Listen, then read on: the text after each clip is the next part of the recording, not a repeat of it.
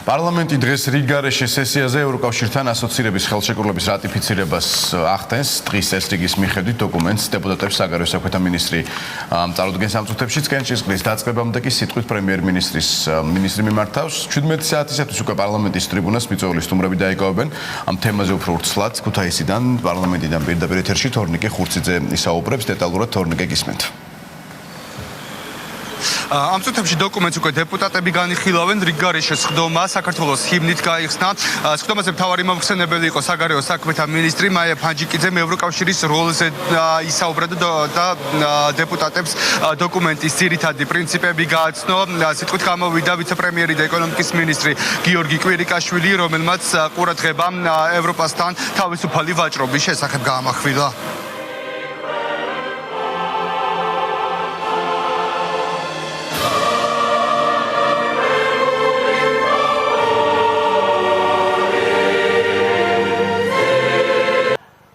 არის გთხოვთ ხელისაწევით დავამტკიცოთ დღევანდელი სხდომის დღის წესრიგი. მომხრე, წინააღმდეგი, არავინ არის. ასოცირების შეთანხმება შედგება პრეამბულისა და 3 ძირითადი ნაწილისაგან.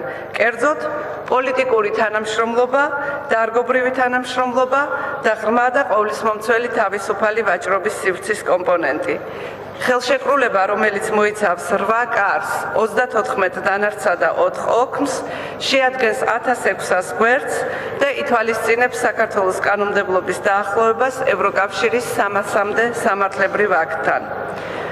ასოცირების შეთანხმება ინოვაციური, ახალი თაობის დოკუმენტია, რომელიც მოიცავს ევროკავშირთან დაახლოების კონკრეტულ მექანიზმებს. ჩემს გამოსვლაში მინდა ყურადღება გავამახვილო ასოცირების შეთანხმების ეკონომიკურ ნაწილზე, რასაც გულისხმობს ღრმა და ყოვლისმომცველი თავისუფალი ვაჭრობის სივრცის შექმნა, რაც შესაძლებლობას აძლევს ჩვენს ქვეყანას ეტაპობრივად მიიღოს ევროკავშირის 4 თავისუფლებიდან 3 საქონელის, მომსახურების და კაპიტალის თავისუფალი გადაადგილების თავისუფლება. ამ შეთანხმების, რომლის მოკლე სახელწოდება გახლავთ DCFTA, ეგრეთ წოდებული თავისუფალი სავაჭრო ზონის შეთანხმება, ამოქმედებით საქართველოში წარმოებულ საქონელსა და მომსახურებას გარკვეული პირობების დაკმაყოფილების შემთხვევაში გაეხსნება მსოფლიოს უმსხვილესი ბაზარი.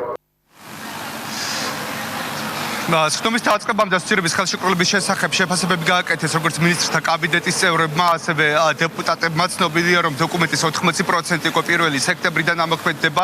დაგეგმილია ცვლილებები როგორც საკანონმდებლო, ასევე ინსტიტუციური კუთხით. ეს არის რამოდენიმე ათეული დოკუმენტი, რეგულაცია, როგორც არის მაგალითად ჯანდაცვაში ხარისხის კონტროლი, როგორც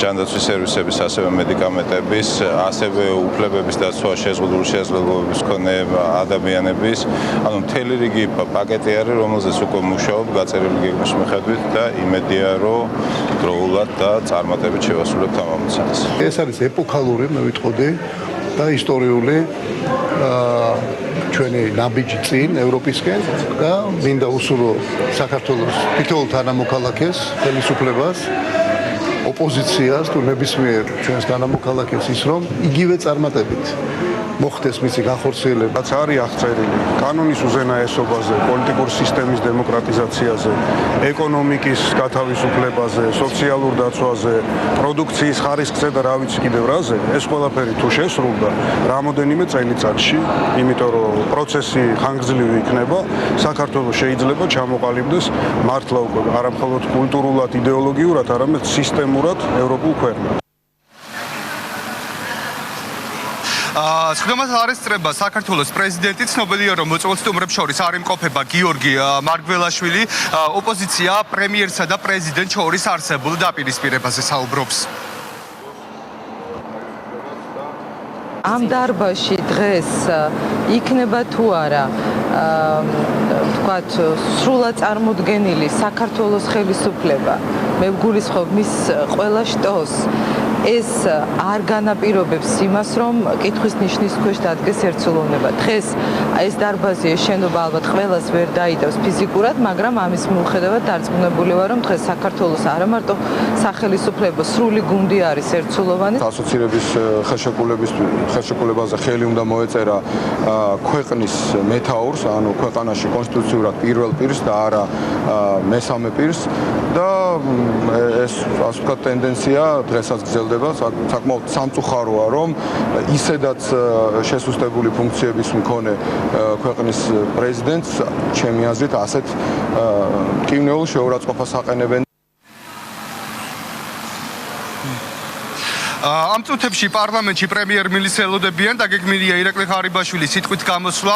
სტუმრებს შორის იქნება ასევე ბულგარეთისა და ლატვიის საგარეო საქმეთა მინისტრები, ევროკომისარი შტეფან ფულე, რომლებიც ორმხრივ შეხვედრებს გამართავენ პარლამენტის თავმჯდომარესთან, ევროკომისართან. დაგეგმილია არასამთავრობო ორგანიზაციების შეხვედრა. კენჭისყრა დღის ბოლოს გაიმართება და კენჭისყრის შემდეგ საზეიმო მიღება იგეგმება. სულ პირდაპირ ჩართვა პარლამენტიდან თორნიკე ხურციძე